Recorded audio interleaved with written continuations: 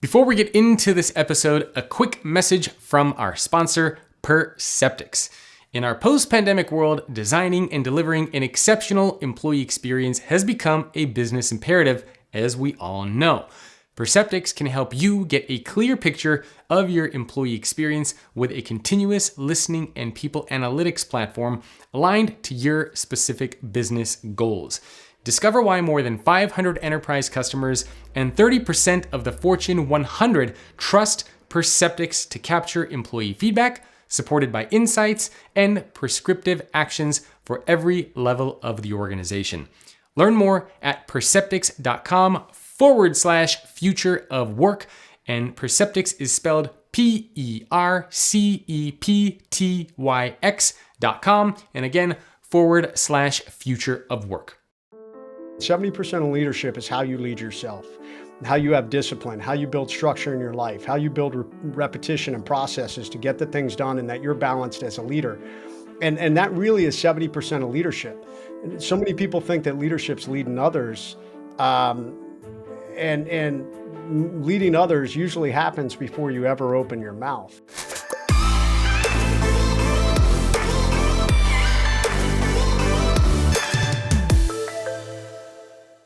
Hello everyone, welcome to another episode of The Future of Work. I am your host, Jacob Morgan, and today I'm joined by a very special guest, Jason Redman. He's a former Navy SEAL. He's also the author of several books, including Overcome Crush Adversity with the Leadership Techniques of America's Toughest Warriors. Jason, thank you for joining me.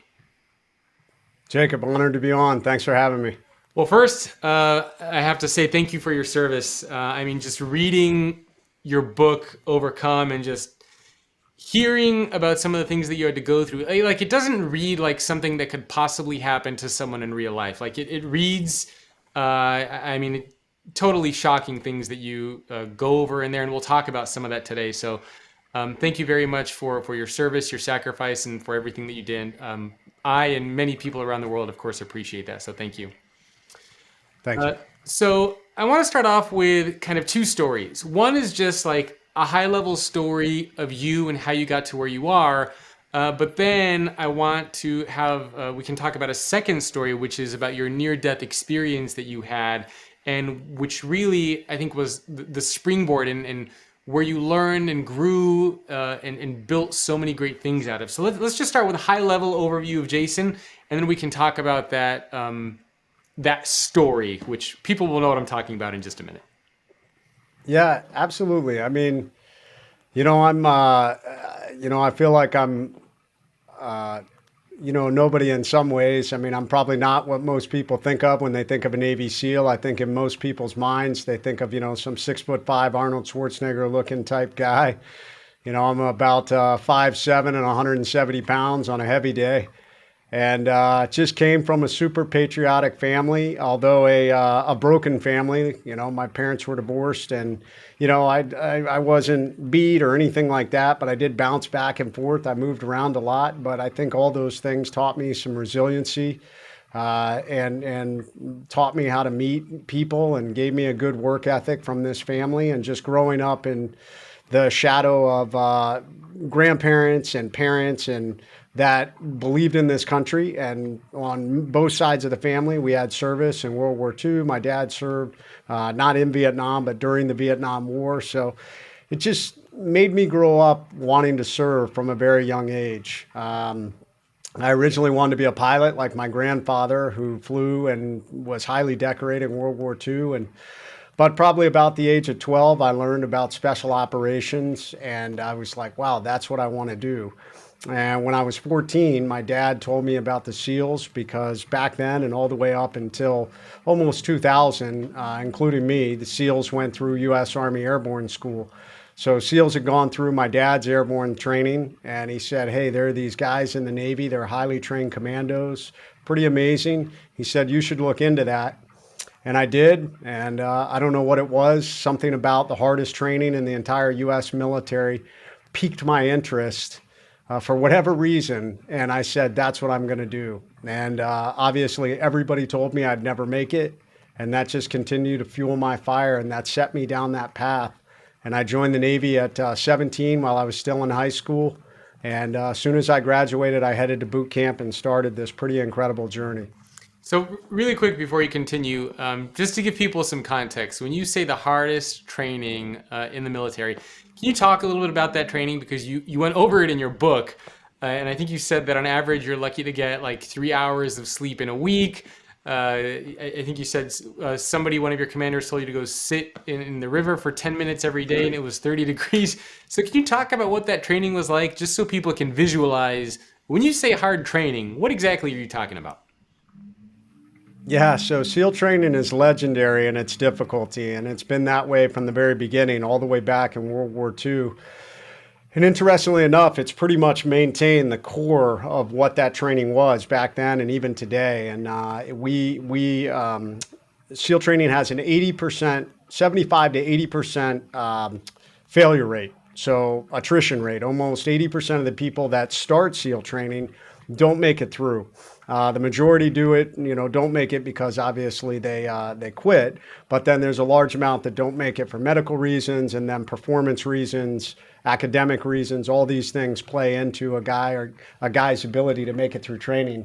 And it is legendary in its difficulty. What you spoke of is the 6 week of training called Hell Week, and Hell Week is a period that starts on Sunday afternoon, Sunday morning, and it goes until Friday morning, afternoon, possibly early evening. We joke about, depending on how much the instructors hate your class, and very, very difficult. During that week, you are constantly wet, coated in sand.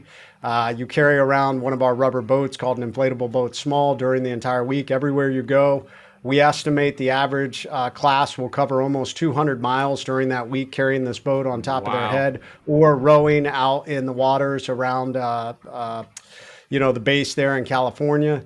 It is not uncommon for guys literally to chafe holes in their flesh, for their fingernails and toenails to fall off from just being wet and moist all week, never getting a break. It's not uncommon to rub a bald spot on your head from carrying that boat around.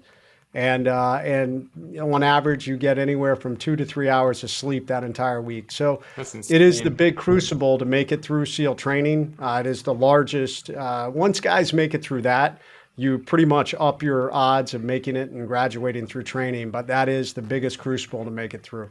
Wow. And so that was Hell Week. That was just the sixth week. We're not even talking about the other 5 weeks before that. Yeah, and it's designed to really ramp up and break guys down before they even get to Hell Week. So it's pretty rare that you don't step into Hell Week physically and even maybe mentally and emotionally a little bit broken. Yeah. Because the first phase of SEAL training is really designed to weed out who has that no quit mindset, that no quit ability. And it is done through, pretty severe physical training and psychological games, if you will, to really weed those out who don't want to be there. There's a method to the madness. I think there's some people that may watch that level of training and say, wow, this is inhumane. But unfortunately, combat is unequivocally not fair. And frequently, it is your ability to endure these superhuman moments that allow special operations members to be successful in insane situations. I know for myself, I can speak to this from experience, that I'm not sure I would be here if I didn't have that mindset of continuing to push through. And I have a lot of friends who were in similar dangerous, injury-laden combat environments where they had to rely on that mindset to drive forward and be successful. Yeah, no, I mean, it sounds intense. And I think there were a couple of movies that were made over the years, which probably, I'm sure actual SEALs have seen that and were like, yeah, it's much harder than what they're making it appear to be in the movies. So yeah, I mean, intense training for sure. And so you talk about early in the book a situation, something that happened to you, your near-death experience. Can you give us kind of the story of what happened there, what was going on, how did you make it out, and how did that set you up on your current stage of life that you're at now, where you're writing books, you're a motivational speaker? Like what from that experience allowed you to transition to what you're doing now? Yeah, absolutely. So in September of 2007, I was fortunate enough to be with a really amazing SEAL assault troop operating out of Fallujah, Iraq. throughout the Al Anbar province. Pretty volatile time in the war. Western Iraq was really the Wild West, and we were actively going after Al Qaeda and the insurgent organizations, typically conducting missions almost every night. And pretty hardcore combat. We got into a lot of firefights, and we were tracking a senior Al Qaeda leader that entire deployment. And on September 12th, we got word that that leader was going to be in a specific time and location, something we call a time sensitive target. And we launched on that mission to go after this individual. And to make a long story short, we walked right into a very well executed Al Qaeda ambush. And myself and several other team members were shot up by multiple machine guns. I myself was shot 8 times between my body and body armor. 2 rounds in the left elbow, which at the time I thought had shot my arm off, and I took a round in the face. That just did massive damage. The round caught me, went through my face, took off my nose, blew out my right cheekbone, broke what was left, kicked it out to the right, vaporized my orbital floor, broke all the bones above my eye, broke the head of my jaw, shattered my jaw to my chin, and knocked me out. Thankfully, my teammates did an amazing job fighting this gunfight that literally happened right over me, and we called in what we call fire missions, artillery from the sky, directly on our position, actually the closest fire mission in the entire Iraq war. And thankfully made it out of there alive. But I owe my life to my teammates and that Air Force AC-130 gunship. That moment, though, started a whole new journey in my life. And about 96 hours forward from that moment, I found myself in a hospital bed in Bethesda. And I remember just being inundated and feeling overwhelmed. And doctors telling me, all this different information. Hey, Lieutenant, your arm has been damaged. You have no use of your left hand. We're thinking about amputating. Your elbow's been destroyed. No use of your left hand. We're thinking about amputating your arm. Obviously, your face is massively damaged. You're trached. You're wired shut. We're feeding you through a stomach tube. And I remember laying in that bed just thinking, where do I go from here? My special operations career is over. I'm going to be permanently disabled, and I'm going to be forever disfigured. And about that same time, I had a couple of other individuals that had been in the room. And a military hospital during war is a really hard place to be. There are a lot of very damaged men and women, burns and amputations and grievous injuries, obviously, like I had. And I think it's overwhelming. And these people in my room started having a conversation off to themselves about what a shame, what a pity. We send these young men and women off to war, and they come home broken and battered, and they'll never be the same. And all of that kind of came to this collision point. And I remember when they left and my wife came back in, I remember thinking to myself, okay, I can lay here and feel sorry for myself and be a victim, where I think some people would not have faulted me for that. But I hadn't been raised that way. I hadn't been trained that way. And there were some other things that had happened prior that I talk about in my book, Overcome. I'd come back from this journey of a leadership failure. And I had, over a couple year period, had to recover from that failure and really build myself back up. And it's interesting, that journey, I think, really set me up for success from these battlefield injuries, because I remember thinking to myself, hey man, you've been through worse. You've been through SEAL training, you've been through Ranger School, you've overcome this leadership failure and established yourself back as a leader with credibility. This is just another path. So what was interesting is, in life, we all have these moments when these catastrophic things occur. And in this case, you have a choice. You have a choice in what you're going to do in these moments. And that's what I tell everybody. It doesn't matter if you're a SEAL, doesn't matter if you're a salesman, doesn't matter if you're a police officer, doesn't matter if you're a doctor. Humans are humans. And when these moments come along, you have a choice. You have free will. And in that moment, I chose to get up and drive forward, or as what I like to say, I chose to get off the X. And that's the moment that the sign on the door came to be. I basically, when my wife came back in. Before you get to the sign on the door, one question. So one of the things that I found most profound from the book is, I think this is when you were in the hospital. I think you asked a question to the doctors, and you're like, when can I go back and join my comrades? Like, when can I go back and join my team? And I thought, my God, like, he wants to go back. And I think a lot of people, not just when we think about the military, but I think there's profound leadership lessons here around sacrifice and looking out for your people. What was it that made you want to go back and be with your team again, even after this horrific thing happened to you? I mean, it's an interesting thing, and I think some people have a hard time wrapping their head around it. But believe it or not, I mean, injuries and even death are a part of the job of special operations. I mean, it's not something that you hope for. It's not something that you do everything in your power to prevent it, but it's an unfortunate part of our job. It is a high Yeah. risk job. Guys get injured and killed in training. We do everything in our power to prevent it. We do everything in our power to prevent it on the battlefield, but it is a part of our job. And I knew that. I knew those risks. So in return, it wasn't anything out of the norm for me to be like, well, I want to get back to doing what I do. And that Mm. is serving as a SEAL and leading these amazing group of incredible warriors. I don't think I realized at the time the uphill journey that I had. That took some time to settle in, but definitely my immediate thought was, how long is it going to take? And wrongly, I thought it would only be a couple of months. It ended up being 4 years, but Yeah.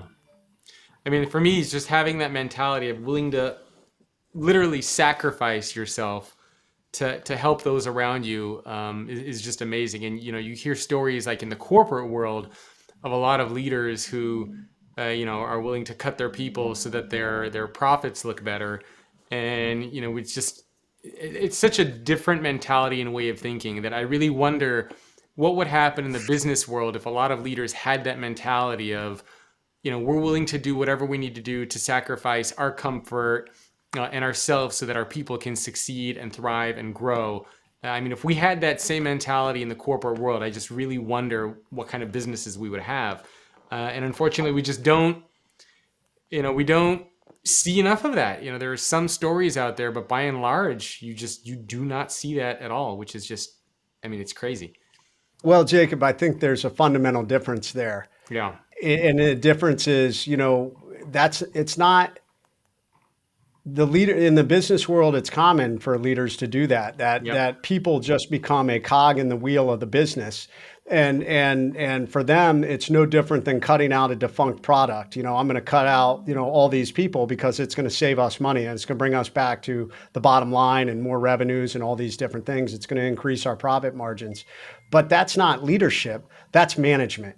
And that's the clear difference. And if you had more individuals who are leaders, because leaders look at the longer term, they look Yeah. at how do we build everything. Trust me, I know I failed at this at one point. My leadership failure, because I was more looking at myself and what was in it for me instead of the long-term goal of placing my teammates in the mission first. And we can teach people. I mean, that's one of the big things that I speak on to companies about. How do you look longer term at what the best impact is for the company?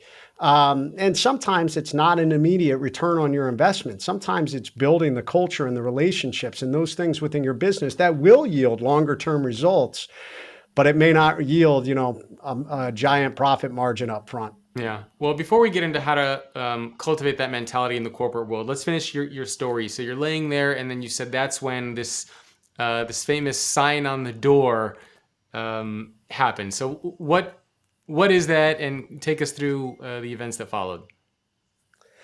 Yeah, the sign on that was that moment, and once again goes back to choice. I don't care who you are out there. We are living in a society that has a victim mindset. Yeah. And I would like to see us change that mindset because the reality is we all have some level of control on our destiny. We can't control everything, but the one thing you can control is how we react to the negative things that happen to us. And as a leader, I think it's so critical for us to do that. Once again, going back to the failure I had had as a leader several years prior, and walking that journey and coming to understand that, when you're a leader, I teach 3 rules of leadership. Number one, 70% of leadership is how you lead yourself, how you have discipline, how you build structure in your life, how you build repetition and processes to get the things done, and that you're balanced as a leader. And that really is 70% of leadership. Yeah. And so many people think that leadership's leading others. Um, and leading others usually happens before you ever open your mouth. You know, it starts with rule one. And then rule three is leading always.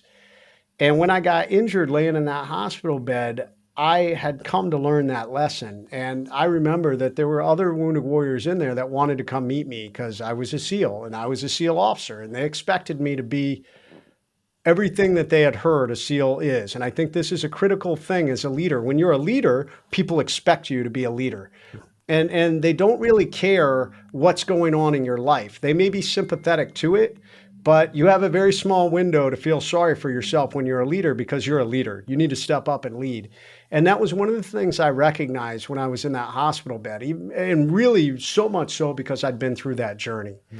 And I was like, you got to set the example for these other guys and gals that are in here. And all of that kind of collided in that moment with that choice to write that sign. And I'll be honest, it didn't go into this long-winded, hey, what kind of strategic impact is this going to have someday? Yeah. It really was just a stream of consciousness that occurred. And I wrote out, attention to all who enter here. If you're coming in this room to feel sadness or sorrow, don't bother. The wounds I received, I got in a job that I love, doing it for people that I love, defending the freedom of a country that I deeply love. I will make a full recovery. What is full? That's the absolute utmost physically. I have the ability to recover. And then I'm going to push that about 20% further through sheer mental tenacity. This room you're about to enter is a room of fun, optimism, and intense rapid regrowth. And if you're not prepared for that, go elsewhere. And we, you know, humorously signed it, the management, and stuck it on the door. And it ended up going viral. It went all over the place, and it's been amazing the impact of that sign. It earned me an invitation to the White House to meet President Bush. It's been written about in multiple books. I have thousands and thousands of people that have reached out and said, "Can I post this on my door?" So much so that now we sell reproductions that people can get copies of to motivate and inspire themselves and their teams. That's crazy. That's amazing. And what prompted you to write that? Like you said, it was kind of a stream of consciousness. So what were you thinking when you were putting together those words, those thoughts? Well, I think, once again, it goes back to rule number one, lead yourself. I mean, Yeah. in the beginning, I was a little bit overwhelmed. I mean, this was a pretty catastrophic thing that Yeah. happened to me.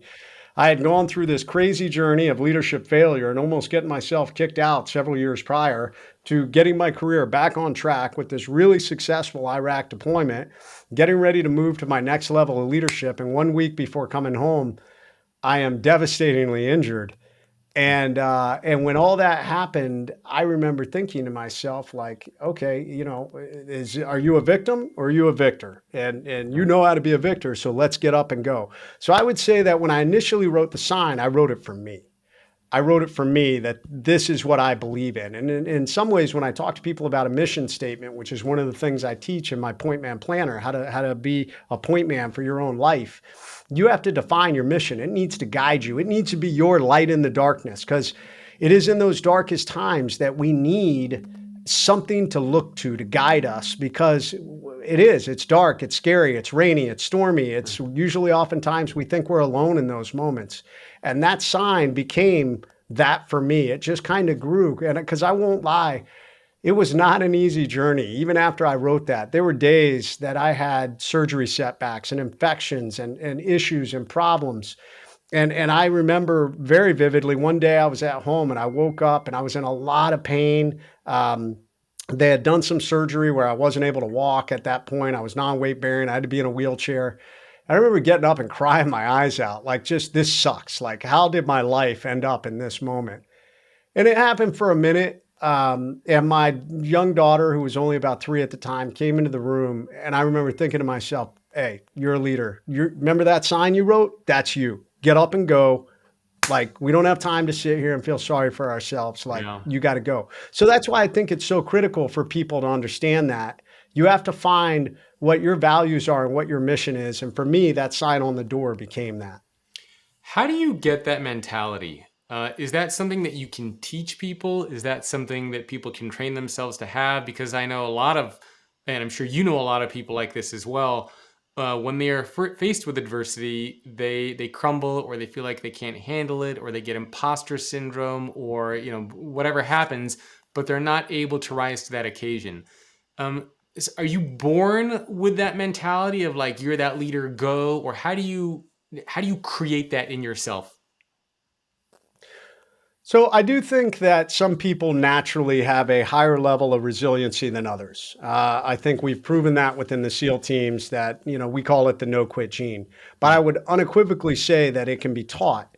But it's taught through you have to do hard things. You have to get outside your comfort zone on a regular basis. That can be accomplished through a myriad of things. I tell people when I talk to them, if you're afraid of something, you should go do it. If you're afraid of heights, go jump out of an airplane. If you're terrified of public speaking, go join Toastmasters. Why? Because it forces you out of your comfort zone, and that's what builds your resiliency and your overcome muscles. I'll tell you what, I try and tell people all the time, you cannot just click a switch and turn on an overcome mindset in a crisis if you've never built one. Yeah. It just won't happen. I don't care how much you read. I don't care how much you think you know about it. If you have not done some hard things in your life and built your overcome resiliency muscles, it won't happen. But it absolutely can be taught, and you can absolutely incorporate it into your life. It's funny because a lot of CEOs and business leaders I've interviewed on this podcast, they always tell me that one of the things that made them successful is they took on the jobs that made them uncomfortable. They took on the jobs that other people didn't want, the jobs that other people were scared of, and they were the first one to raise their hands and say, I'll take that on. And that's ultimately what led to their success. So I love that. Get out of your comfort zone to build that resiliency muscle. You also talked about the importance of leading yourself, which I love because this is something that I talk about as well in my books and in my talks. And I think a lot of people forget about this, that you cannot lead others unless you're taking care of yourself. And so kind of a two-part question for you. First is I'm really curious to hear what your routine looks like. So how do you lead yourself? Do you have a fixed routine and structure during the day? And also, what advice do you have for other people? How should they be better leading themselves so that they can then in turn lead others? No, Jacob, it's a great question. And yes, I have a routine. I will say that my schedule is really dynamic. Some like right now, there's a lot going on with obviously we're focused. This is being recorded right now while we're focused on the Afghanistan piece and trying to help people. Yeah. So frequently I've had many very early morning interviews. So that kind of throws off my normal schedule. But my normal schedule is I like to get up. I like to read. Usually I try to get at least 20 minutes of reading in. Usually a collection of business or different, I'm usually reading several different books at once. I teach something called the Pentagon of Peak Performance. Mental leadership is the second level, and that is a lot of reading and how we educate ourselves and challenge our beliefs. So reading, planning my day. I use my Point Man planner to do that. I like to think a little bit about gratitude. For me, also a little bit of prayer. And then I get my workout in. I'm pretty adamant about trying to get my workout in the morning. I try not to do it later in the day because usually the day runs away from me. And I like starting the day off with that good physical leadership. I'm the same way. My wife and I, we're really big into fitness and exercising and working out. And I can't imagine starting my day without having that workout. It doesn't feel the same to me. I agree. And it's just so easy for the day to run away. And then suddenly you're like, oh my gosh, where did this go? Well, especially as an entrepreneur now, right? I mean, you have so many different things going on that it's, you could spend 24 hours a day working and building and creating and doing all sorts of stuff. So finding the time is not easy.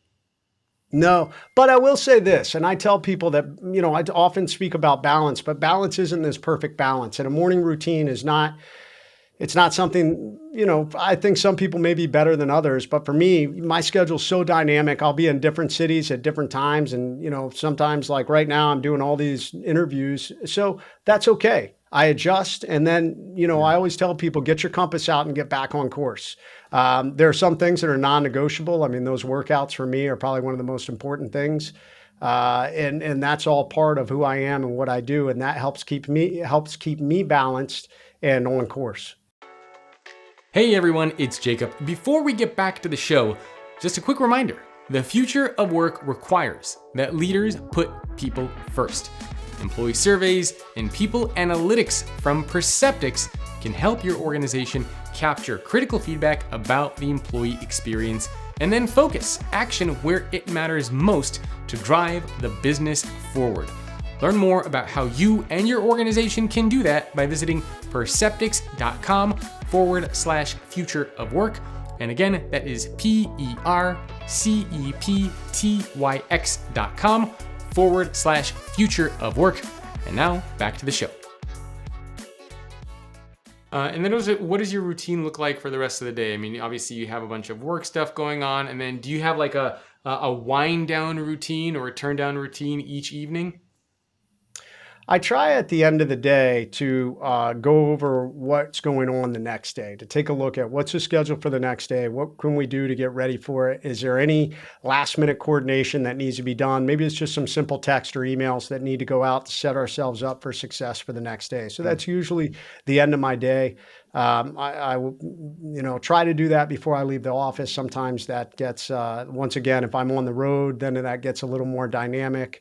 But I try to stick to those structures to try and build those things. And I think that's critical. I think leading yourself is such an important thing because it helps you stay grounded and it helps you stay focused. I utilize my point man planner to be able to stay focused on what our long-term goals is. I follow something called the rule of 3 Ps. And that is every day you're moving the needle and it doesn't have to be these big goals, but one physical goal. So for me, that's always get that workout in. One personal goal. So making sure that I'm still doing things. I mean, maybe it's having dinner with my family, or maybe it's calling my mom, or whatever it is. Maybe it's, balancing my budget to make sure that, our personal finances are still all good. And then that last one is professional. What's the professional thing that I need to get that done? So always following the rule of 3 Ps and trying to make sure I'm knocking those out each day. I love that. I love that frame. It's very simple. I think a lot of people can easily understand that. So for a lot of business professionals out there, a lot of business leaders out there, leading yourself, how does that manifest? I mean, one of the things I always say is take care of yourself mentally, spiritually, emotionally, physically, whether that's meditating, exercising. I mean, are these the types of things that you're talking about? Just doing whatever you need to do for yourself so that you can then show up each day for your people? Yeah, I would say it's both sides. And this goes back, these lessons. So the 3 rules of leadership that I talk about: leading yourself, leading others, leading always. Leading yourself really came about because when I had failed as a young leader, I wasn't doing that. I had a plaque that had all these famous quotes from these famous leaders when I was a brand new officer. The problem was, and it looked nice, but the reality was I wasn't living that. I wanted to live that, but I wasn't setting the example and actually following through. And there's a lot of leaders that are that way. They're saying, hey, do as I say, not as I do. Yeah. And leading yourself is about setting that example. And that's why I say 70% of leadership is really your ability to lead yourself. It's building that structure. It's setting that example. If you're telling your people they need to do X, Y, and Z, you should be doing X, Y, and Z. If you're, you should be an example of fitness. You should be an example of a good communicator. You should be an example of a good family member. All these things are critical components of leadership that if you're not doing them, if you are telling your people they need to have balance with their family, but you're not showing that, then they're going to slide out of that also, because that's how we learn. We emulate our leaders, and we value what our leaders feel is important. So that's what I talk about with leading yourself. The balance component comes into the 5 principles of the Pentagon of Peak Performance, and you spoke to them. I mean, these aren't anything unique. I just put them into this model that I teach, which is number 1, physical leadership. So sleep, nutrition, and fitness. And interestingly enough, sleep is one that a lot of people don't talk about. As a matter of fact, as a SEAL, I get a lot of people that come up to me, especially in the business world, and they brag to me about, hey, I get by on only a few hours of sleep a night. And I always laugh with them. And then I slap them on the back and I say, hey, congratulations. You're chronically fatigued and not operating anywhere near your optimum potential. And they're like, wait, what? And I'm like, look, man, in the SEAL teams, we had to do it as part of training. It doesn't mean we continue to do it throughout our career. We recognize that the human body operates at its optimum when we've gotten some level of sleep. And sometimes in extreme situations, we have to push through that. But science has proven we are more effective when we've had good sleep, and you need to figure that out. So those three components: mental leadership is education, challenging our beliefs; mentorship, and managing our money. And building that overcome mindset. Emotional leadership: how do we choose positivity in the face of negativity, and how do we remain even keeled with the highs and lows of everything we experience in life? How do we manage this round hole in our face that usually gets us in a lot of trouble with emotional leadership, especially as a leader? Number four is social leadership. How do you build your rings of influence with the people around you? In Western society, we have a tendency to put a lot of time and effort into our business relationships and our business acquaintances, and then take for granted our family and friends. And I can't tell you how many people I know who had some catastrophic event come along, and it ended up wrecking their relationships, their marriage, and their kids, because they never put the time and effort into it beforehand. They just took them for granted. So I tell people, you've got to find balance. You've got to put time and effort. That's good social leadership. And then the last one is spiritual leadership. Jacob, you talked about meditation. It can be religion. It can be faith. It can be breathing exercises. It can be charitable. Whatever you do to get outside of yourself and recognize that you are not you're not on an island, man. There's a lot of other people out there, and having that perspective of the world around you makes a difference. So all that plays a critical part of self-leadership. Okay, so just to recap, so the five are: the first one was physical. That's right. Okay, and second, mental. Okay, physical, mental, and then the other three? Emotional leadership, okay, social, and spiritual. Physical, mental, emotional, social, and spiritual. Okay. And it's important, so not just as individuals, but as leaders, we need to have all five of those.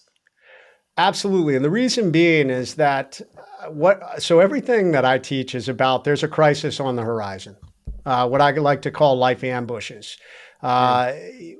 Everyone in life. So I survived a pretty vicious enemy ambush, but the reality is everybody in life is going to get hit by life ambushes. When I wrote Overcome, we estimated the average person will go through at a minimum 5 major life ambushes. And when I talk about a major life ambush, it's anything that will forever leave physical, mental, emotional, or deep financial scars. Meaning you'll never fully recover from them. I'm Jacob. I guarantee you've been through a few in your life, and you will look back on, and we look back on them, and they still bring that level of pain when we think about them. They can be anything from a business crisis or failure, a bankruptcy, a divorce. It could be injury to yourself or someone you love. It could be sexual trauma. It could be the unexpected loss of a loved one, or one of the biggest I've seen is the loss of a child. These are major life ambushes. So what I tell people as leaders is having that balance enables you to be better able to withstand these things when they come. Because if you're out of balance, it's a little bit of a martial arts analogy. When we're balanced, we're able to move and flow with the energy of an opponent, without getting knocked down. But if you're off balance, it's easy to take one push and knock someone down.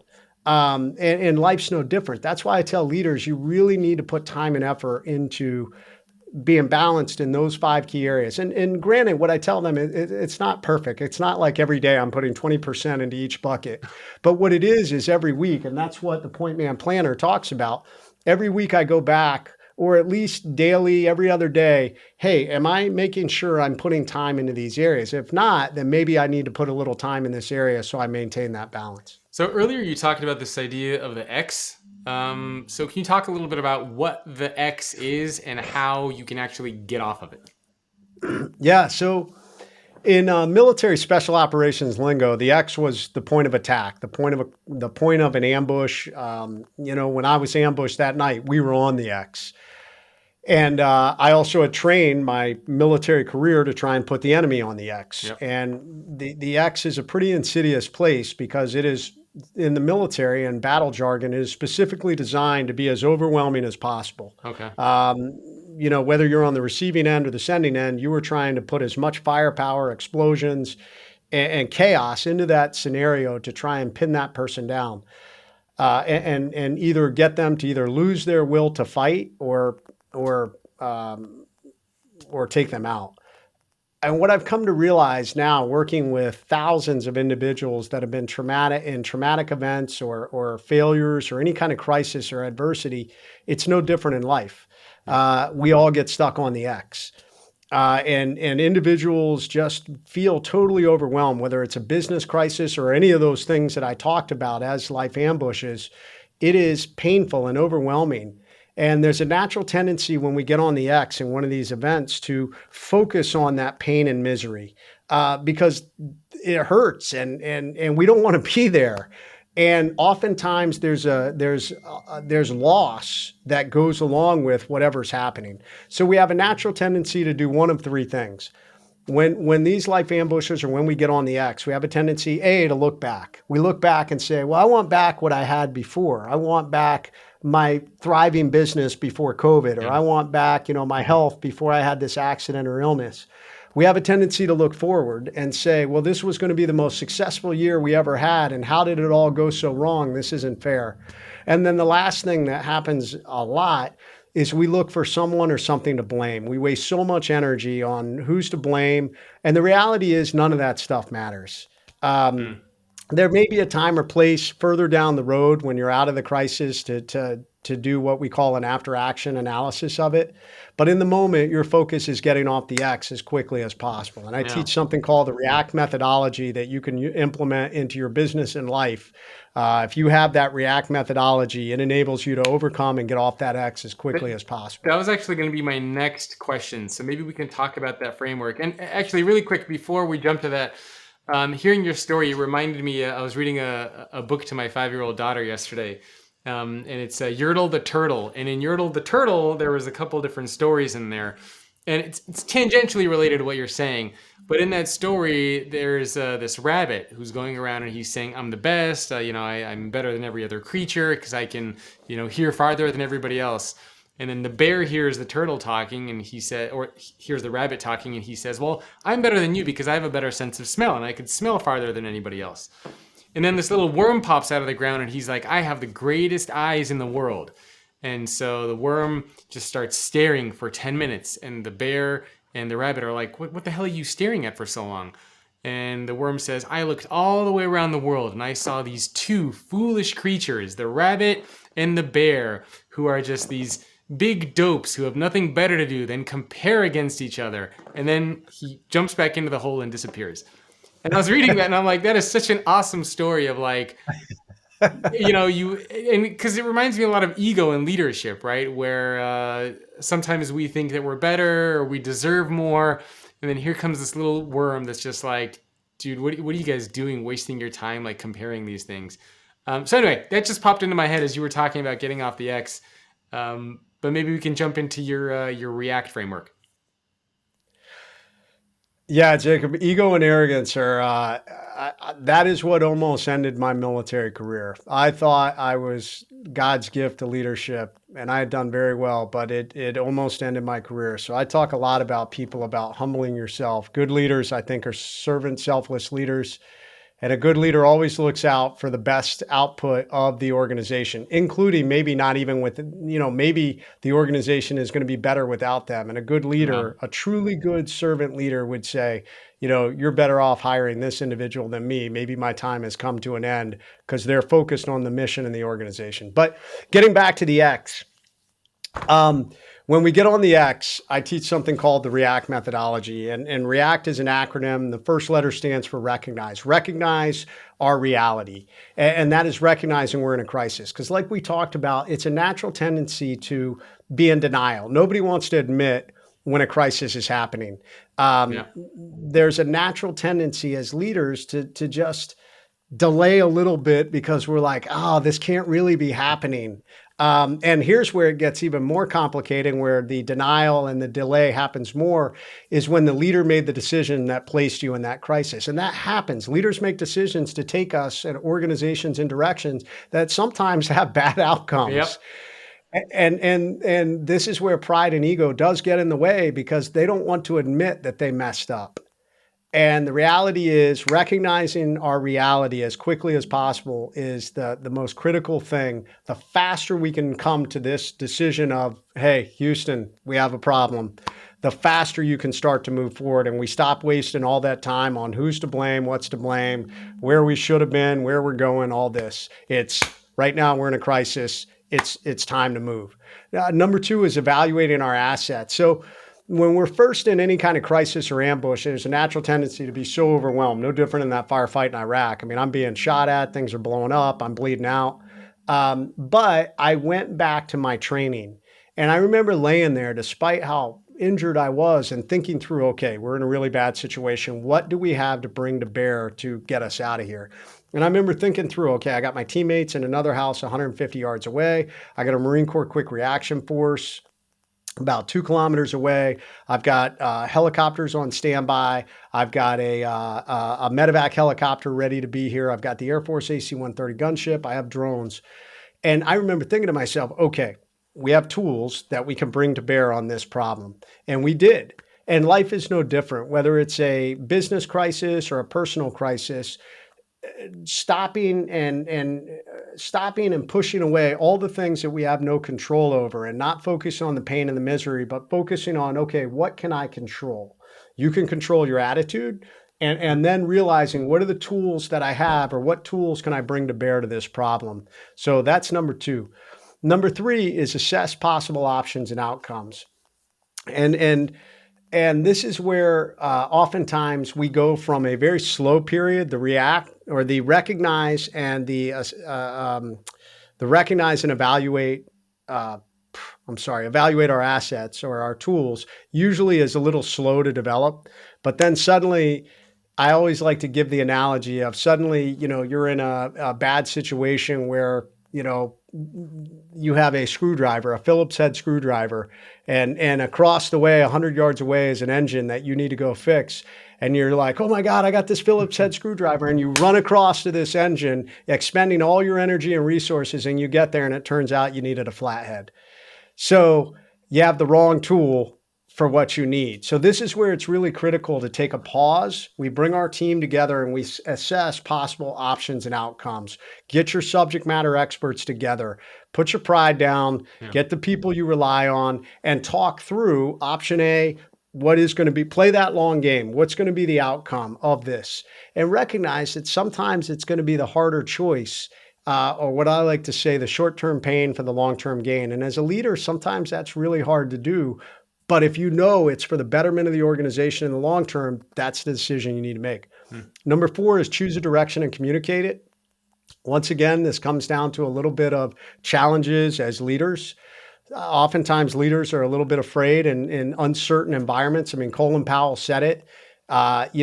Typically a leader needs to make a decision when we have at least 30 to 40% of the information. But if you wait till you have more than 70, usually it's too late.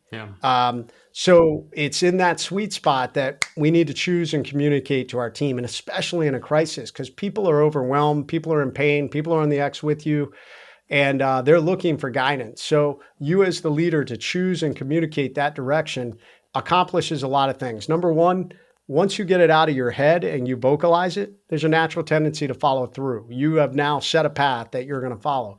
Number two, you've provided guidance to your people. And what does that give them? Well, that gives them hope. They're like, oh my God, we've got a path. That guy just said, follow me. Let's go. And then the last one, T, is take action. So many people are waiting for the perfect moment in a crisis, and it's never going to come. In businesses, people are waiting. Oh, we need to secure this capital. We got to close this deal before we have the money to deal with this. In a relationship, I've often heard, I haven't had a civil conversation with my spouse in 2 months, but I'm going to wait until we're in a good mood and we have a good conversation to have this conversation. It ain't ever going to come. Like the time to act is now. You have to take action now. You've developed the plan, take action and move. And the amazing thing about that is movement is life. It gives you the momentum you need to keep that moving forward. And if you stumble onto another X, which sometimes happens, then you just go through the process again, but you use that momentum to keep going. So I have a two-part question for you. One is, what happens if as a leader you don't know what to do, like you don't know the right choice to take? And second, what if you work for a leader and you don't believe your leader is making the right choice? And oftentimes we feel like we're scared to speak up and say anything. So first is the leader. Second, if you're working for that kind of a leader. Well, I think as a leader, it goes back to what we talked about earlier. In a crisis and in a chaotic situation, frequently you're going to be uncertain. Yeah. I mean, that's kind of part of it. But you are better off choosing a direction and executing it than sitting there forever. And this is what I call dying on the X.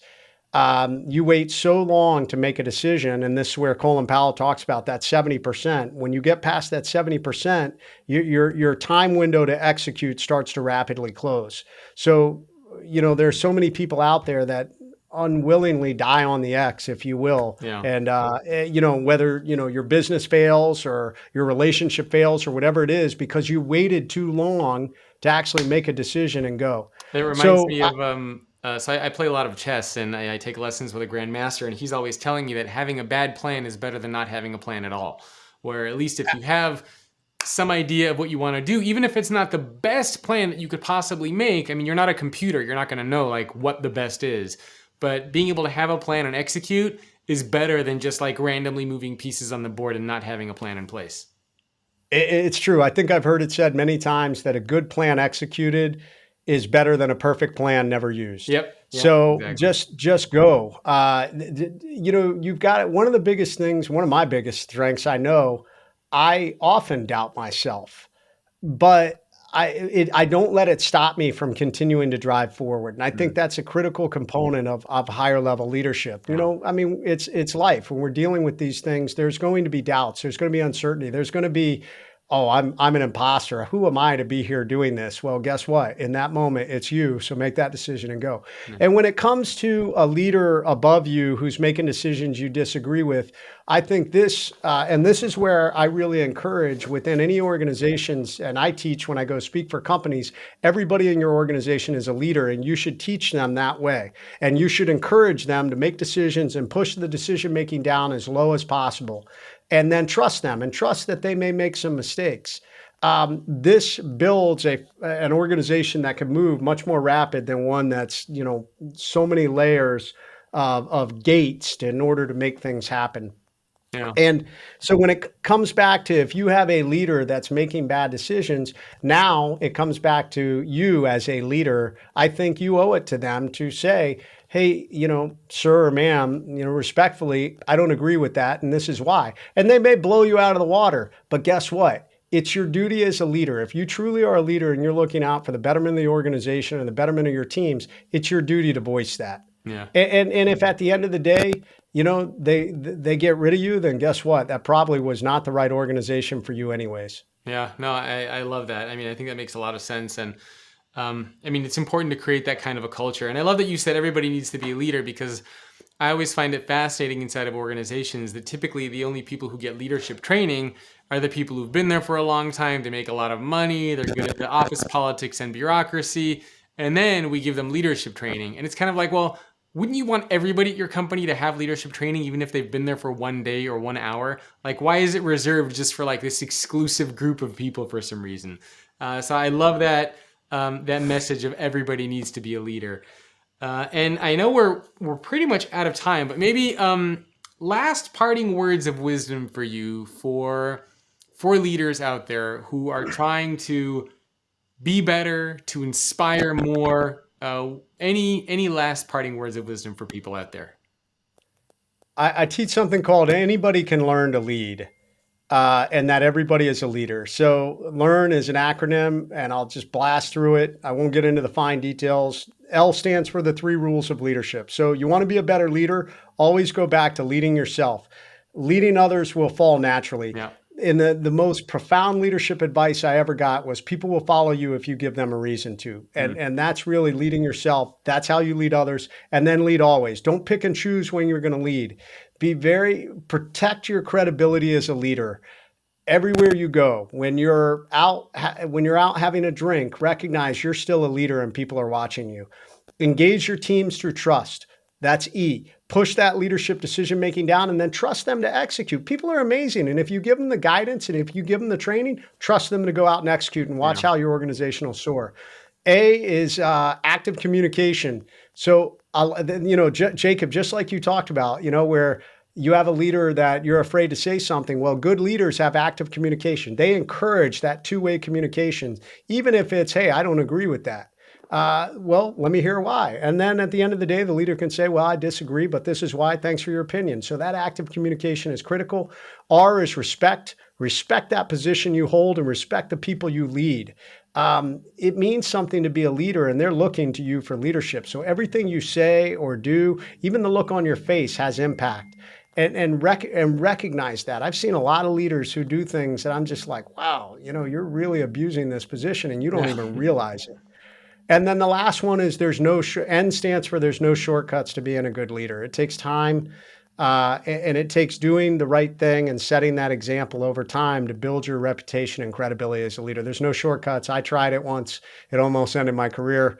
So just focus on repetitions, getting the reps in. We talked about at the beginning, volunteer for that position that you're like, I don't know if I can do this. Get out of your comfort zone. It'll make you a better leader. Awesome. Jason, you are a true inspiration. I mean, I love your stories, your passion. You clearly love this stuff.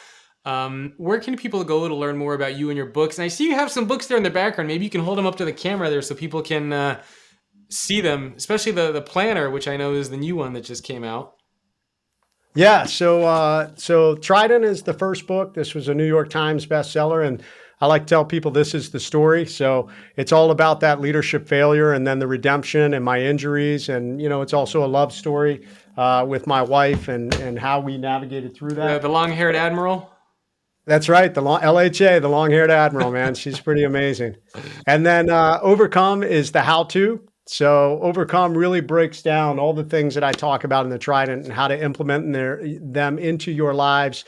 And I also interviewed a lot of really amazing leaders like Admiral Bill McRaven, Jocko Willink, Stan McChrystal, Admiral Eric Olson. So some pretty amazing leaders contributed. And then just recently I released Point Man Planner, and this is how to be a point man for your own life. I teach 4 point man principles: how to define your mission, how to set your course, how to have situational awareness and risk assessment, and then how to build and overcome mindset to get off the X. And then it allows you to have a daily planner for a quarter to execute those goals. That's awesome. And what's your site so people can go find you? I mean, I know the books are easily available on Amazon or whatever retailer, but what about you? Where do people go to find you? Yeah, jasonredman.com. And from there, I have, both my books. I have some online courses. You can book me for speaking and coaching. And I love working with people. Awesome. Well, Jason, thank you so much for taking time out of your day to speak with me and to share your insights and your words of inspiration with everybody who's watching and listening to this. I really, really appreciate it. Thank you for your time. And of course, thank you so much for your service and for everything that you've done. Jacob, my honor, man. Thanks for having me on. Thank you. Thanks again for tuning into the show. And don't forget to go to 6leadershiptrends.com to grab a copy of my brand new PDF, which is going to walk you through the 6 trends that are shaping leadership and what it means to be a leader. And it will also give you action items for what you should be doing for each one of these 6 trends to adapt and evolve so that you can be a better leader in the future of work. Again, that is 6leadershiptrends.com. You can either spell out the number 6 in the URL or just use the number 6 in the URL. They will both take you to the same place. Thanks again for tuning in.